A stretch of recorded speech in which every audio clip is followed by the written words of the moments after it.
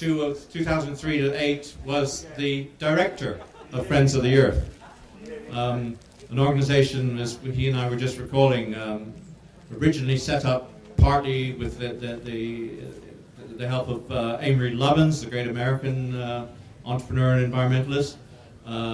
Jonathan Porritt was one of the directors. Charles Secret, was it? Yeah. And then Tony, very, very influential NGO. These days, Tony's an advisor to many organizations, including Cambridge University and our dear Prince Charles. And the other thing is that he's written a new book, which it will be out at the end of the year, and it's called "What Has Nature Ever Done for Us?" A big question. So I'll directly hand you over to Tony Juniper. Thank you very much indeed. It was very nice to be here this afternoon, and my only regret is I didn't come yesterday, but that's poor planning on my part. So what I thought I'd talk about this afternoon really is to pick up the question of people power and sustainability, and having just come from the energy panel on the other side of the site there, I think this probably is the key question facing us as we look forward to a more sustainable world, is how we're going to get the sustainability agenda aligned with what people want to do. And this sounds like rather an obvious thing, but I think sometimes green activists overlook the importance of this question, and indeed finding good answers for how to harness people power. And not just some people, the likes of all of us, but an awful lot more people, because I think it's quite clear as we look at the science being gathered by different organisations how it's not going to be possible really for a few activists, no matter how passionate, inventive or clever, to solve the problems that are in front of us.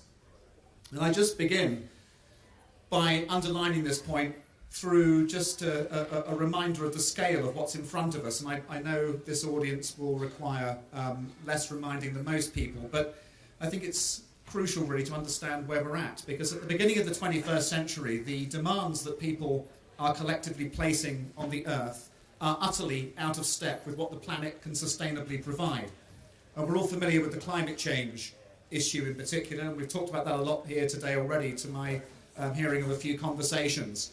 But we know that we have to massively cut the level of greenhouse gases going into the atmosphere as a matter of urgency. And if we're going to do this in a way where the worst impacts of climate change are to be avoided, namely to stay below a 2-degree level of warming compared with pre-industrial levels, we need within the next decade to begin a dramatic decarbonisation of the economy. And this is not only in relation to energy, which is what we talk about a great deal, but also in relation to deforestation, how we manage soils, and how we look at the future challenges of food security. Alongside the climate change issue, you'll hear less, but there is a great debate raging at the moment about so-called ecosystem services, and the extent to which we will be able to rely in future on a series of economically vital services being provided by natural systems, from soil fertility to water purification, to carbon storage, to flood protection, to pollination, to the inspiration we get from nature in biomimicry for engineering, medicine and agriculture. All of those things are in rapid decline. And you can see this in various statistics. Perhaps the one which is the most telling is the estimated level at which biological diversity is disappearing. And if you look at some of the estimates as to the impact we're causing there, it's actually far bigger than the impacts we're causing to the global climate system. So those two things are feeding off of each other. They're both getting quicker as a result of demands rising. And at the same time as both of those things are getting worse, we're seeing a decline in critical natural resources that are underpinning economic development globally. And one of the things that we'll see impacting there first is probably water stress, followed by food insecurity. All of these things are, of course, running largely in line with the way in which the global economy has been growing. And we've just reached 7 billion people on the Earth about a year ago, and that's expected to go up to about 9.5 billion by the middle of this century. I came across a really remarkable statistic from Conservation International recently, which talked not only about the population growth, but also the level of economic growth that's coming with it, and the extent to which there will quite soon be many hundreds of millions of Chinese middle-class consumers consuming like we do now, people coming out of poverty, moving into a more consumerist society. Same thing going on in India and in Brazil, Mexico and elsewhere across the developing world. If you start adding the numbers that come with that to the population growth, the Conservation International statistic that struck me was that we will need more energy and natural resources to sustain that level of consumption by mid-century than has been used in the whole of human history up until this point. And if you look at what's happening to ecosystems and the resource base and the climate system, you realise that those numbers simply do not add up.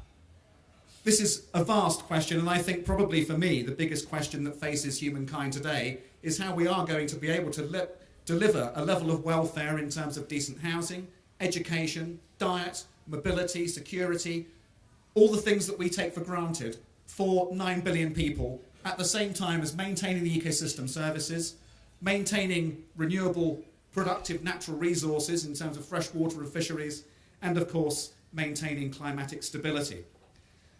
So how do we balance that seemingly impossible equation? This is something I've been involved with for quite a long time, including through 20 years at Friends of the Earth, plus quite a few years being the director there. And I think it's important just to know that in looking forward to answering that question, that we're not starting from nowhere, and that the environmental debate has been going on in different forms now for about 40 years. And actually, we've achieved quite a bit. And if you look back to where we were in the late 1960s, early 1970s, compared to where we are now, I think the environmentalists can look back and say, actually, we've got quite a proud track record. If you look at the level of water quality in this country, both in terms of coastal water and rivers, it's much better than it was in the early 1970s. Rivers are cleaner. You've got salmon coming back into previously grossly polluted systems. If you look at levels of air pollution in cities, it's drastically reduced as a result of clean-up of vehicles and power stations and factories. Levels of toxic pollution have been dramatically reduced. Some of it's been exported. We're still importing the consumer goods that release the pollution in their manufacture. But look on the bright side here, we've actually done quite well. We've managed to win arguments about the phase-out of some really quite damaging pesticides like DDT. We've even managed to make quite a big impact at a regional level in Europe. One of the things that defined my early time as an environmentalist was the whole challenge of acid rain, sulfur emissions coming out of power stations in particular. We've managed to reduce that by about 80% through changing some of the technology that we fit to coal-fired power stations in this country. And even at the global level, we've had a major victory in the phase-out or near phase-out of substances that deplete the Earth's ozone layer. So I think you can say that we've actually done a fair bit. But if you look at what we've managed to achieve compared to what we do next, I think a really quite different approach is going to be needed. Because one of the things that I saw as a campaigner at Friends of the Earth and have seen subsequently is how you can actually achieve quite a bit with legislation. So you get politicians to ban things, and you get them to replace those banned things with new things. And so ozone depleting chemicals were phased out in favour of non-ozone depleting substances that do the same thing in terms of making your aerosol work and your fridge to deliver cold. You also find that there is limited, at least public acceptance of that, if not public demand for these kinds of things. And so it's possible to make the argument to politicians in ways which seem politically feasible. And so we've managed to, through this combination of science and through the arguments we've had in the media and elsewhere, to get quite a lot of change through technology and the fact that most people didn't notice a difference. You could still turn the light on, and even though there wasn't any more acid rain, you still had the electricity, and people were willing to go along with that. And it was done through groups of activists really slugging it out with industry in a political forum. So compare that to where we need to go next, and some of the things that have been talked about here and some of the things that I hear in the campaigning that I do with different groups of NGOs in particular. And it's about changing the economy, it's about flying less, it's about having a less polluting vehicle, it's about eating less meat and having fewer consumer goods. And I think there is a qualitative difference between that agenda, which is about changing the way we all think, live and behave, compared to what you might regard as the traditional environmental agenda, which was about technical policies, being introduced by governments to ban or change certain things. You see what I mean? We're entering a new phase, and the new phase is one that is shaped by scale. Simply, we cannot manage to do what needs to be done through technical policies banning particular industrial or energy generating or food producing methods. We need to move into a different phase. And this is, of course, not only about technology, it's about politics and culture. And I can tell you we've got a big problem when it comes to politics and culture.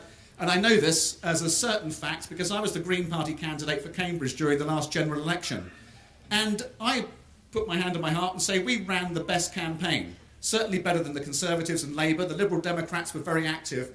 But we still managed to get only 8% of the votes. And this is not because we didn't have good arguments. It's not because we failed to win on the science. It's because we weren't appealing to the people who were hearing the messages we were putting out there. And I would say that in winning this next phase of accommodating 9 billion people on this small earth, which is not getting any bigger, the critical question we have to answer is how we're going to win the hearts and minds in this country for the 65 million people who are not here this weekend. That is the strategic question. Because we all get it. That's why we're here. We're all having these very thorough, very rewarding conversations about the way in which we need to proceed. But the messages about global change and how to manage global change are not being received out there by the voters, the consumers, and the people who are deciding to live in certain ways, which we would all regard as particularly damaging. Flying too much, putting recyclable waste in the wrong bin, eating too much meat, leaving the tap running. All of those things are still going on despite the science. So how do we close that gap between what people presently demand and what the Earth can sustainably supply? And I think if you look back at what we've achieved over the last couple of decades, we've won the technical arguments, but we haven't won the public arguments in terms of what people want to sign up to, whether it's with their wallets or with their voting slip when they go into an election. What we have done to date, I think, is tell people a lot of statistics. We've given them a lot of information about why they need to change. Sometimes we've tried to guilt trip them. We've said, do you really need to get on that plane? What about the Maldives disappearing? Do you want that on your conscience? And we've tried to implore them to think about future generations and the extent to which their children's quality of life will be affected by their choices now. Has that worked? It's worked a bit. I think probably a lot of that stuff has worked for us. But I think the evidence tells us that we still have minority engagement and we failed to penetrate the mainstream. We still have Greens mostly talking to Greens, and it seems to me that under these circumstances we need to work out how we can start to break out of this ghetto and get into the next phase. Now, through some of the work I've been doing over the last couple of years, I've become aware of a really, really important discussion which divides green thinking in this particular space about how we get genuinely into the mainstream. Two schools of thought. One which is about changing people's values to our values, and one which is about working with the values people already have. Because this at the end, I think you think about this for a nanosecond, this is not about information. You can give as many statistics as you like about the state of the world to people, and it won't really matter as to whether they understand percentages or standard deviations or whatever else you're giving them. It's a question of how that information is received. Does it mean something to me? Now, in terms of the way this debate is unfolding, there is a group or a school of thought, let's say, rather than a group, which believes that most people have similar values at the level of all being pro-people, pro-community, having a view which is about the welfare of humankind, and this is about so-called intrinsic values, values that we all share.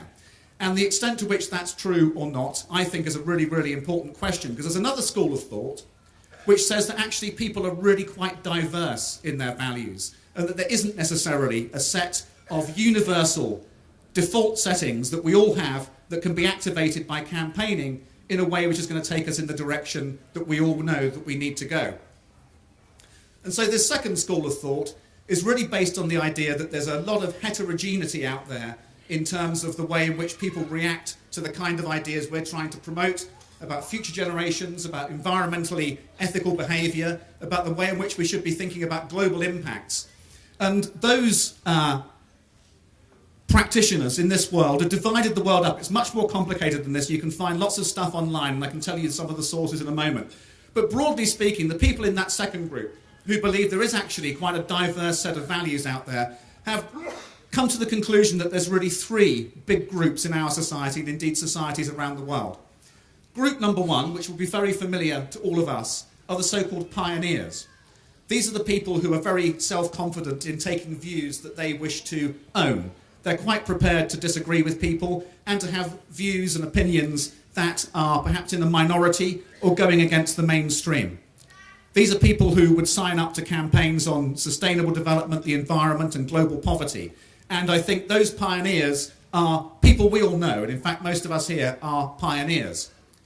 There's a second group, which are rather different to the pioneers, which can be discerned through certain psychological techniques. That group is the so-called prospectors. Now this group, you probably all know some of these people too. These people have a psychological default setting which is about receiving affirmation and reward from people approving with them and liking them and giving them positive feedback about their behaviour. So these people like really nice clothes, they like a really nice house which is very well presented and decorated, they like to go on holiday to places that their friends would like to go on holiday to as well, and they like fashion, and they like to have things that are the best, and they like to be the best, and they derive self-esteem from that. And so these people are rather different to the pioneers. These people are driven by extrinsic pressures, if you like. So the life of a pioneer goes on in here, the life of a prospector goes on out there in terms of what people think of them. Hopefully you're beginning to picture a few people you've met who might fit that other group. And then there's a third group of people alongside the pioneers and the prospectors that have been found to be a prevalent set of value holders in our society, the so-called security-driven people. So these people are very worried about the levels of crime. They're worried about the prices of goods and services. They're worried about whether the school is going to function. They're worried about having a job in 5 years or even 5 weeks' time. They're worried about their immediate environment and their own immediate welfare. And these are people who are perhaps concerned about immigration and worried about levels of crime in their locality and would get quite excited about that.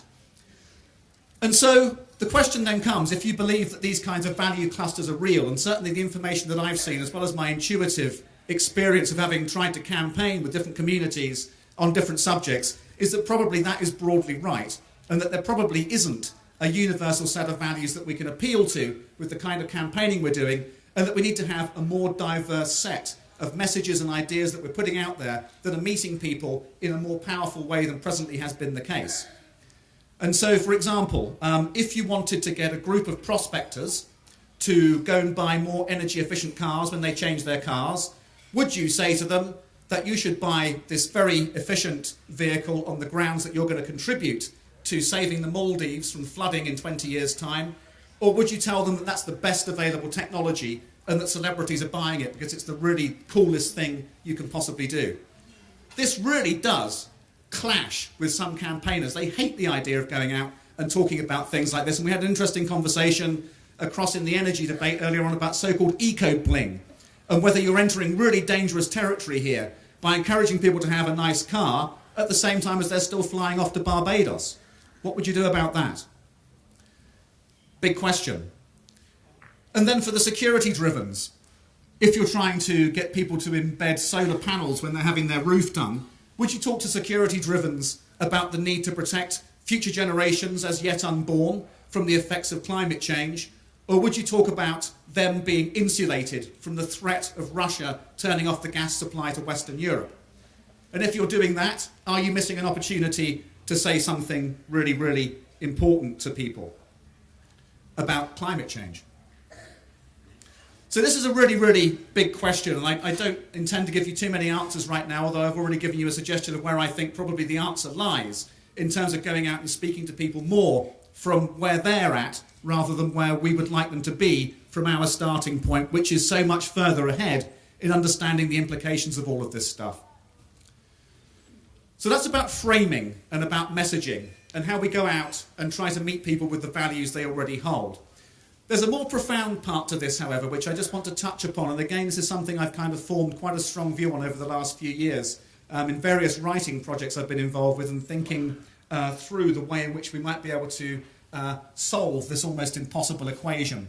And it comes back to really the philosophical insights that we all have. This is beyond values, and it's about what we know at an intuitive and philosophical level. And I don't know how many people in this room would consider themselves as connected to nature, but certainly most of the really passionate and effective activists I've come across over the years really do get nature. They understand their impact on the climate, they understand how ecosystems work, they know about nutrient recycling, they know about carrying capacities, and they know about the interconnectedness of the natural world. Well, 4 years ago, we just passed the point where we now have more people living in cities and urban areas than we do living outside them. This is the first time this has ever occurred, and over the next 40 odd years, we're going to go from 50% of us living in urban areas up to more like 75% of us living in urban areas. And we're going to do that at a time when the population is going up and, of course, consumption patterns are changing. And I think this is one of the things that we kind of neglect to our peril in terms of understanding where people historically have got their ideas and insights and therefore their philosophical perspectives from, compared to how that's going to be in the future. So if you think about the whole of human history, up until quite recently, people lived in nature, quite literally. Farming, forestry, living outside a lot more than we presently do today, and as a result of that, having an intuitive understanding that there is a connection between what I do and what happens out there. We're losing that now very fast. We've lost it to a great extent already. The person living in the tower block in New York City, they are as dependent on nature as a Yanomami Indian who's farming and gardening in the rainforests of Brazil for water, for food, for oxygen, for carbon sequestration, for raw materials. The urban dweller at the top of the skyscraper is as connected to nature as the indigenous person. The trouble is, they don't know it. And until they can start to know that a little bit more, I think our prospects for harnessing people power to solve some of these problems is going to be rather limited. Because at the end, the values and the perspectives we have are coming from very deep places, and those places are based upon our personal makeup, not what some academic or activist tells us. And I think this is one of the things that, for me, has become really, really important over recent years. Because if people only know the inside of a car, the inside of an airport, the inside of a shopping mall, what possible chance have we got to tell them about their role in a global ecosystem which is under pressure? And so that sounds like quite a big ask. But again, just on this broad theme of how we're going to engage people in these subjects, I think there's something that we have neglected and which probably we need to do rather more about as a community of campaigners going forward over the coming years. And actually, there are some really quite practical things that we could do about this. One that I floated a year or so ago was to argue that the national curriculum in the United Kingdom should have a GCSE in natural history, so that people in their formative early teenage years would be given the skills to identify different birdsong, different butterflies, different trees, different wildflowers, and understand how all that stuff is connected to how they live. We do not teach that right now. We treat people as recipients of dry technical information, and the closest you'll get to that kind of training these days, I think, is really biology, which is more about genes and about the application of that to technology. It's a completely different subject. Another thing we might do at a very practical level is to be setting a target level at which primary school children would spend time outside with ecologists during their very early years. So 5 to 10-year-olds, should they be spending a day outside each month, outside learning about the water cycle, about food production, and the way in which systems work? Would that make a difference? I think it probably would. And then we need to be thinking about the way in which we design our cities and the extent to which we're able to build green infrastructure into the heart of new urban areas. The Chinese are building cities for millions of people right now, made of pure concrete, flyovers connected by high-speed rail, not putting nature into those new urban areas. They could do, and we could be doing it in new towns that we might build here as well. So my point there is to make this rather profound philosophical suggestion, but at the same time to say, actually, there's a great deal of practical work that could be done to make that happen. And actually, it's not fair to say there's not many people doing it. There are a lot. I saw the woodcraft folk here as well. And I know that quite a few people are already working on this agenda. But we have to make it a much more mainstream part of environmentalism in this country and elsewhere in order to get the level of traction that we need. Because if you want to change the two big things that have to be changed now, we're going to have to go to this deeper level of values and philosophy, because the two big things that need to change right now are economics and culture. We've got the easy wins in the bag already. The easy bit we've done. We've banned the really bad chemicals, at least in some places. We've managed to get a certain level of protected areas worldwide. We've managed to get some level of recycling going. All that stuff was relatively straightforward. But if we're going to change culture, economics, and the way people live, I think we need to go to that deeper level. And that's in part about talking to people in ways that they're going to understand that we are at this point of historic tipping point change. If we're going to get there, we've got to talk to people differently about that and to give them that more philosophical and emotional understanding. Because the thing that we've managed to do over the last 40 years is really quite incredible, considering how few of us have been involved. Quite small organisations like Greenpeace and Friends of the Earth, quite small groups of people, many of you here I'm sure are in small groups of activists. We've managed to change things in a really quite powerful way. But what needs to happen next is different, and it can't be done simply by us talking to each other. We've got to get a much bigger engagement. And I think that's about changing the mindset of campaigners and about taking the space and time to think through the kinds of strategies that are going to work in the future. Because the kind of intellectual life we all lead talking to each other is not connecting with most people out there. So that's about engaging with people differently. It's about talking at a level of philosophy amongst ourselves and translating that into things that can begin to get out there. And to me, I think this is one of the most exciting challenges that we have in being able to translate what we all know into something that's going to meet everyone else. Because if we don't meet everyone else, I fear that this problem is not going to be solved. So having made those very few challenging remarks, I'm very happy to take any questions. Thank you.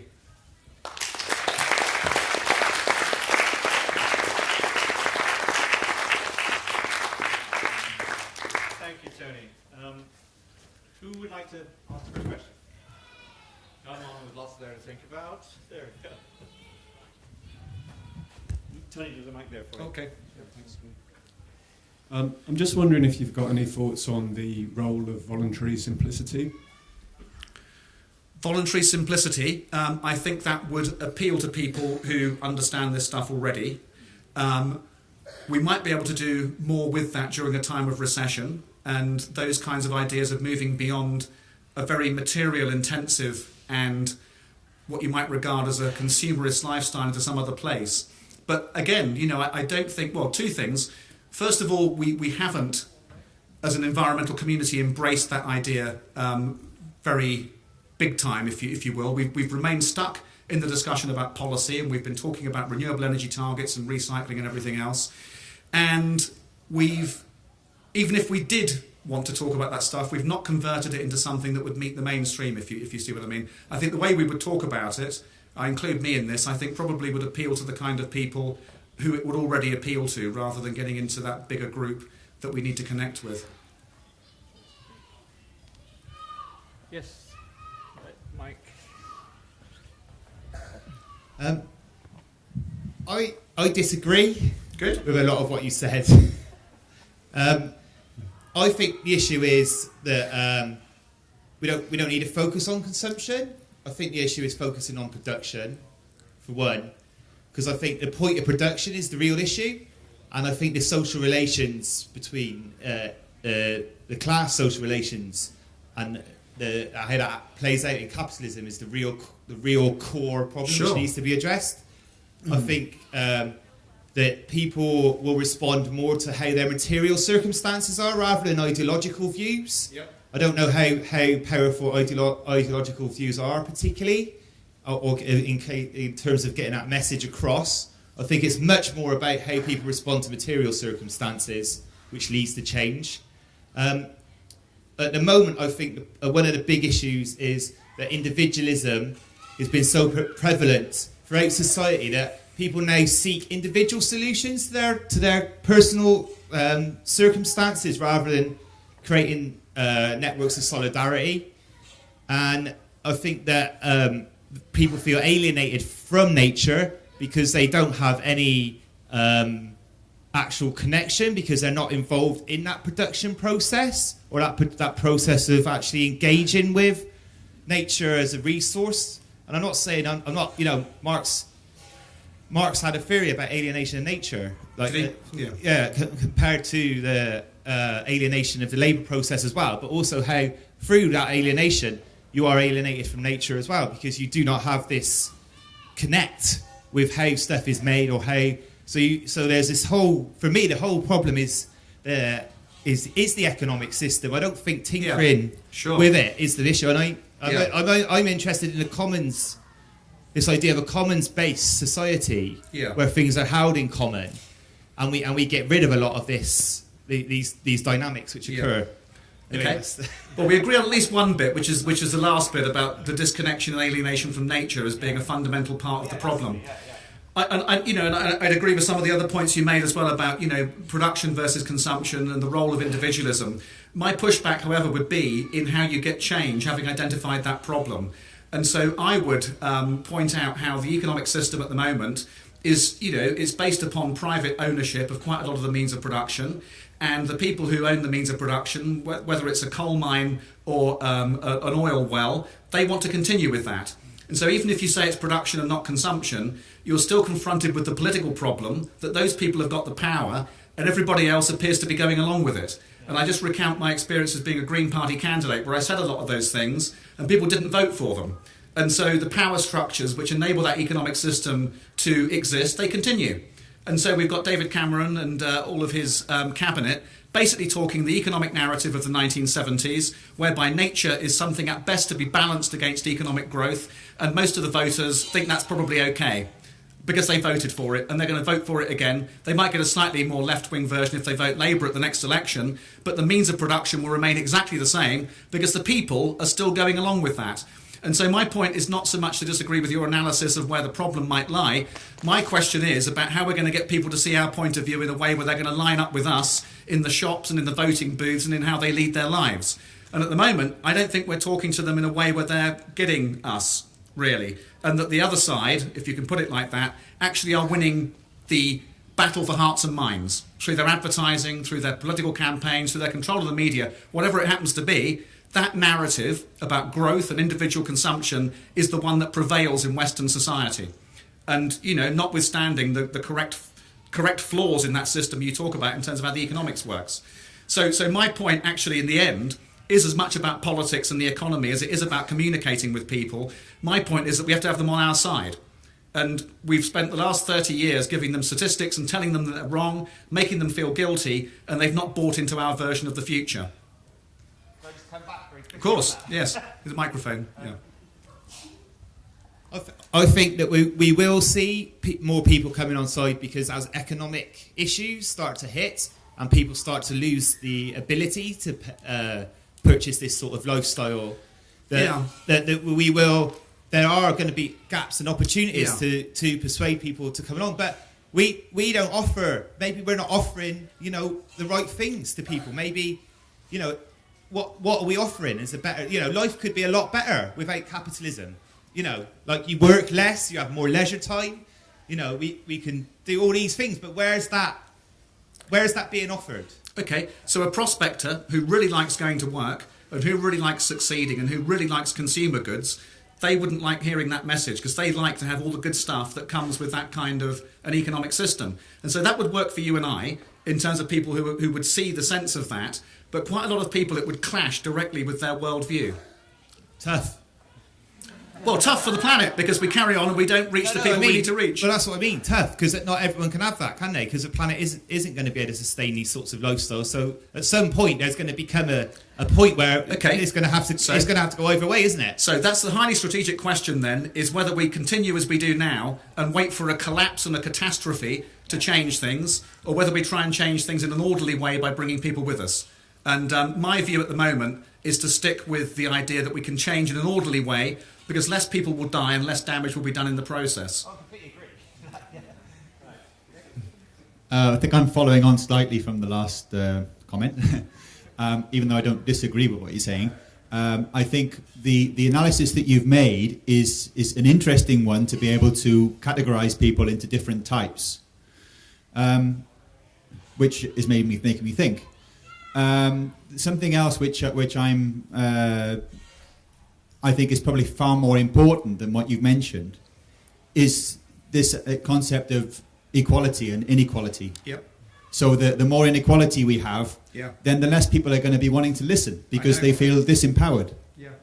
Indeed. Let me tell you about some focus group work I did for my election campaign in Cambridge at the 2010 general election, because we thought exactly this. We thought our society is becoming disastrously unequal, that this is one of the major corrosive forces in society, and there's plenty of data out there to tell you that inequality is one of those things that we really need to fix as a matter of urgency. We thought we can get more votes for the green view of life by talking to disaffected Labour voters who probably would see that the capitalist and free market views of New Labour actually should drive them more towards the Green Party, which is talking about more state intervention, more direct policies to deliver more equitable outcomes. And we had these shocking results coming from people living on some of the really poor housing estates around the edge of Cambridge who didn't want to be told that they should be living in a more equal society. What they wanted, not all of them, but a message that came back was that we want to be rich and we want to participate in this race to the top, to be more like the people who we see on the TV, to have nice cars and everything else. I was quite shocked by that, but it was a view that's out there. And again, it kind of led me back into this discussion that we're having now about how we talk to people and how we frame things and how we put ideas across, even though, we may not have changed our views. How are we going to get people to buy into the kind of things we want, again, so that they vote differently and so that they shop differently and behave differently? You see what I mean? I'm not disagreeing with the analysis. It's a question of how we get there. And I was quite taken aback by that. And as I say, we ran a pretty good campaign. We had lots of TV coverage and everything else, and we got 8% of the vote. I mean, it's all to do with the voting system and everything else. But I've just been quite kind of marked by that particular experience and, the difference between winning an argument and winning hearts and minds. Yeah, hi. In my presentation earlier, I touched upon getting into bed with a dirty banker. So I bet some people wish they were coming to my presentation now. But we frame it in one way and in different ways for different groups of people. And we are trying to get into bed with dirty bankers in a way because we know we need to have that mainstream shift. We need access to funds to have a massive shift.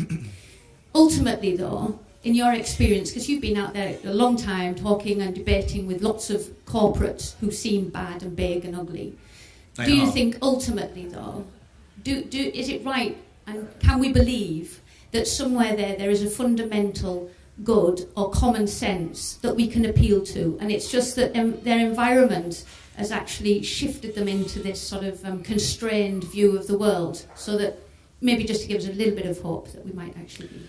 Yeah, I did. So the previous speaker, it's Tim, wasn't it? And I was very struck and in agreement with his remarks about the extent to which leadership is pretty much anywhere. And it's not the organisations that we should necessarily write off, but it's more about the people working in them. And certainly in some of the private sector organisations I've worked with, I've seen people really inspired to do the right thing on this set of questions. And so I'm always looking and always am pleased to see, where people are trying to change things from within organisations that you might feel as though, are at the other end of the spectrum to where we are. And I'm kind of, it's a question of where you want to put yourself in this debate. There's definitely a role for a lot of people to be out there saying the whole system is rotten and it should change. My experience tells me that won't be enough to change it, and that simultaneously it's going to have change coming from within too. And so how do you favour those people on the inside to be able to do better? And so one of the things I do, just between you and me and whoever else is listening, I work with different companies, and what I try and do in a kind of, I guess it's obvious to anyone who's watching, I'm trying to play them off against each other. So in a sector like consumer goods, I'm trying to get one of them to go a little bit ahead of the other one, to find ways in which that one gets rewarded, either in terms of people saying that's a good thing or they get bigger market share, and then the rest of the sector has to respond to catch up with them. And it goes back to that question a second ago about whether, the strategy is to wait for the whole thing to fall over, and I think there's very good reason to think it probably will if we don't do something, or whether we try to avoid that. And I think this is about people will suffer terribly if the system falls over. We saw that last in the financial crisis. People lost their homes, people have lost their jobs, food inequality has gone up, there's more people hungry because the food price has gone up. If this system collapses in the way it looks like it might do, that will be 1,000 times worse. And so I think it's probably incumbent on those of us who can see this coming to try and make this transition as painless as possible. And one of the ways in which I try to devote some of my energy to that is by working with people who are in some of the organisations that you might regard as the enemy. Because if they don't change, we can't solve this problem.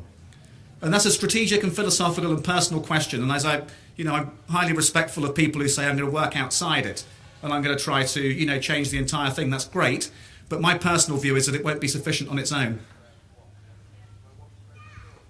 Hi, I want to say something slightly different, which is young people, really. Young people. Because everything I've heard you say points to the situation that the status quo is going to remain the status quo to a certain extent. That's what I'm hearing, because things are so entrenched and the powers of production are so entrenched that changing people over a certain age with a certain education from a certain background is like pushing a really heavy rock up a really steep hill. Whereas if you take an 8-year-old or a 6-year-old or a 10-year-old and get them to see the world in a more enlightened way, to me that's like pushing a little pebble down a steep hill. And if we could all start with the next generation and concentrate on changing the national curriculum, changing the way education is led, we'd suddenly in 10, 15, 20 years' time have a whole generation in consensus. And to me, I would say that's where our energy should be going. So that's one of the things I kind of suggested in terms of how we get people to engage philosophically in a different way. It is about education, and not just the mainstream education, but all the experiences that young people have. Probably regulation of advertising to young children would be another bit of that, in which you could see some arguments you could win.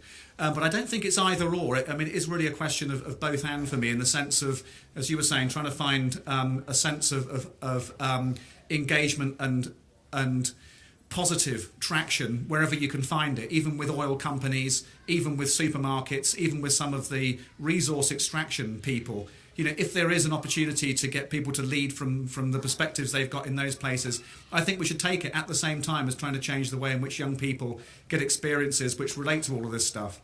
Can I just come back on that? Yeah. I agree with you that it is both. I just feel that I think we should be leaning the resources really heavily towards the next generation, because I think that's if you got to get control of production, and that's where the power is, and the next generation are going to be the next people that are going to have the control of production, and they're a clean slate,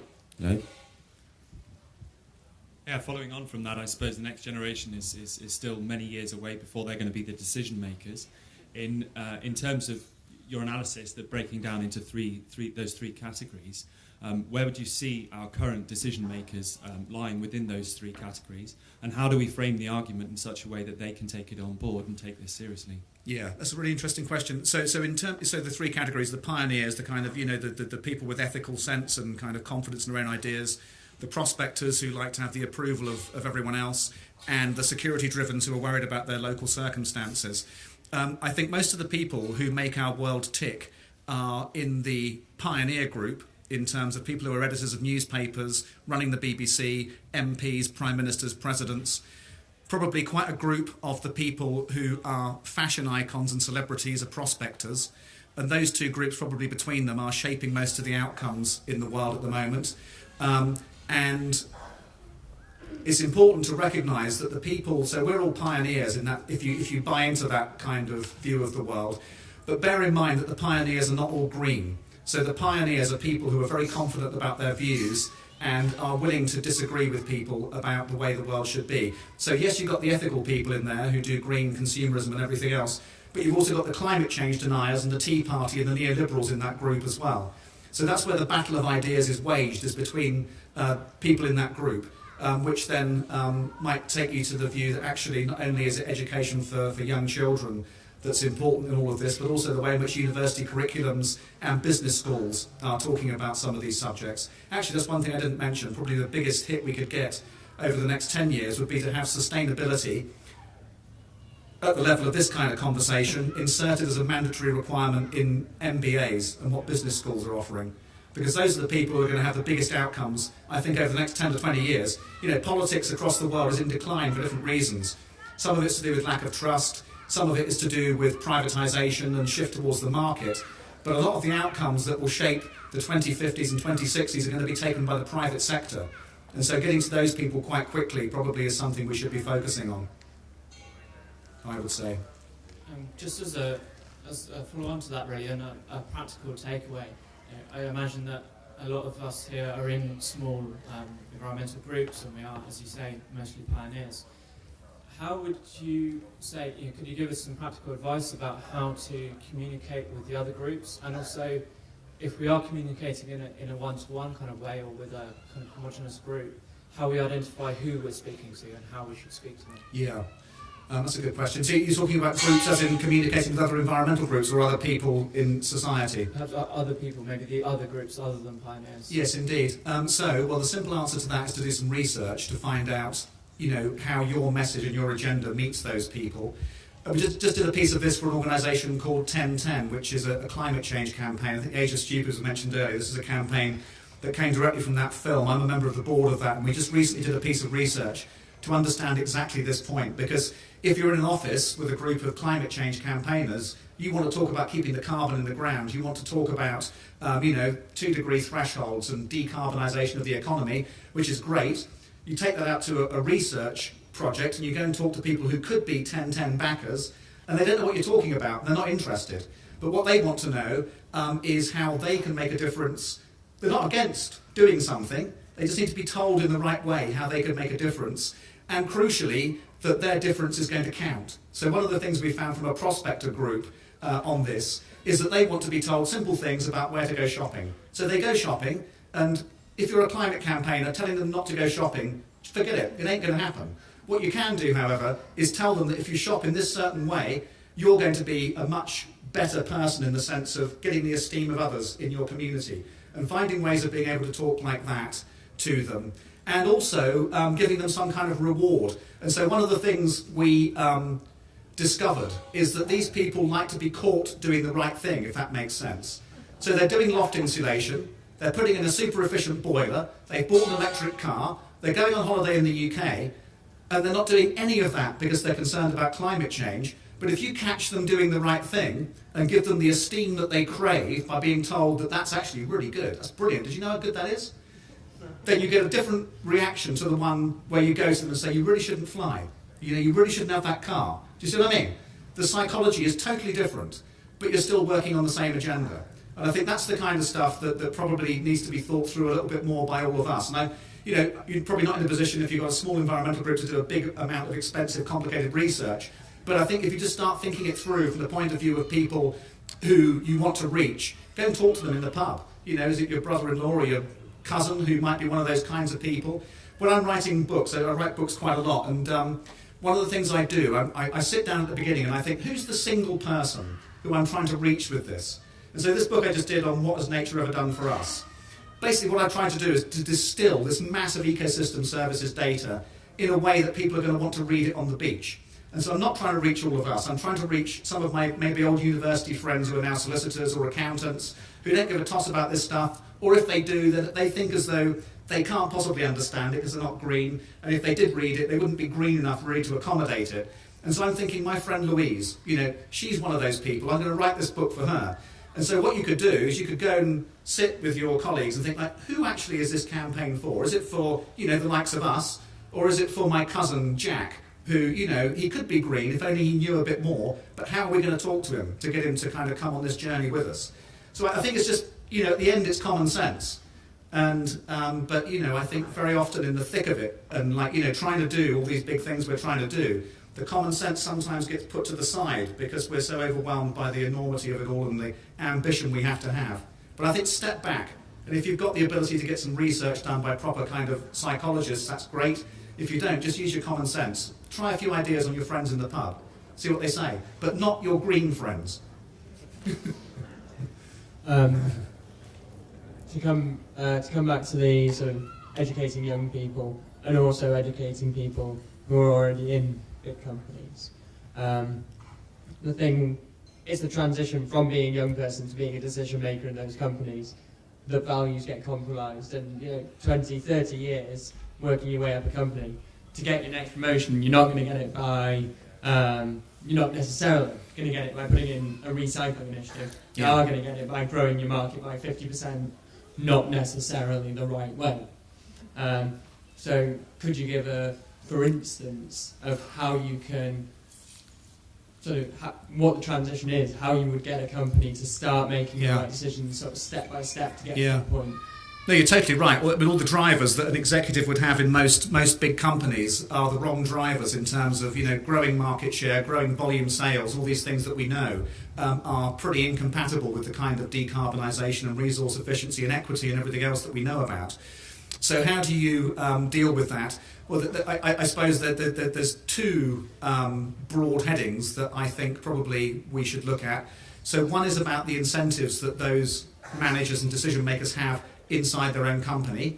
And so some companies, they're not only now saying you get a bonus for your sales growth, you get a bonus for exceeding the carbon reduction targets. So there's simple stuff like that, which is playing the same game, but with rewards for different things. And there's flaws in that, of course there are.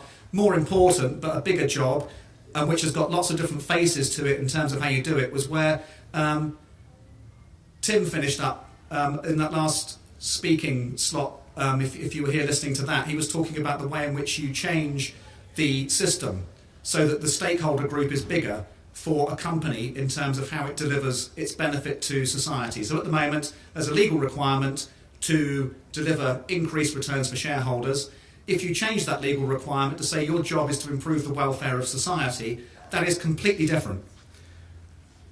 So that's a much bigger question, and I think probably that's the one that we need to find some answers to. And I suppose I would say, that there's quite a lot of ways into that. So one is to have a discussion with politicians, especially around elections. What is the economy for? What's the private sector for in that economy? And then you have an argument about what the policy priorities would be in the manifesto. And David Cameron, weirdly enough, is one of the people who's talking a little bit about this and moving beyond GDP to happiness. It's in the same ballpark. What are we measuring? What are we delivering in terms of outcomes? Another piece would be to get think tanks, environmental groups to start thinking about ways in which you might build momentum for that. And I think probably, if you started to get some private sector coalitions, so the actual companies who would be subject to a different kind of regulation by government saying, actually, we need this. And you might get a few beginning to get there. Some of the private conversations I hear going on in some really big multinationals now basically recognise that growth is going to end. They know that. So can we get these people in public in a way where they're going to be able to start articulating this to the politicians? Because as we all know, the political economy is basically it's a mutually beneficial arrangement between the private sector and the politicians. That's basically how the global economy works at the moment. And so how are we going to get that to change? And the other thing, of course, revolution. We can have a big revolution.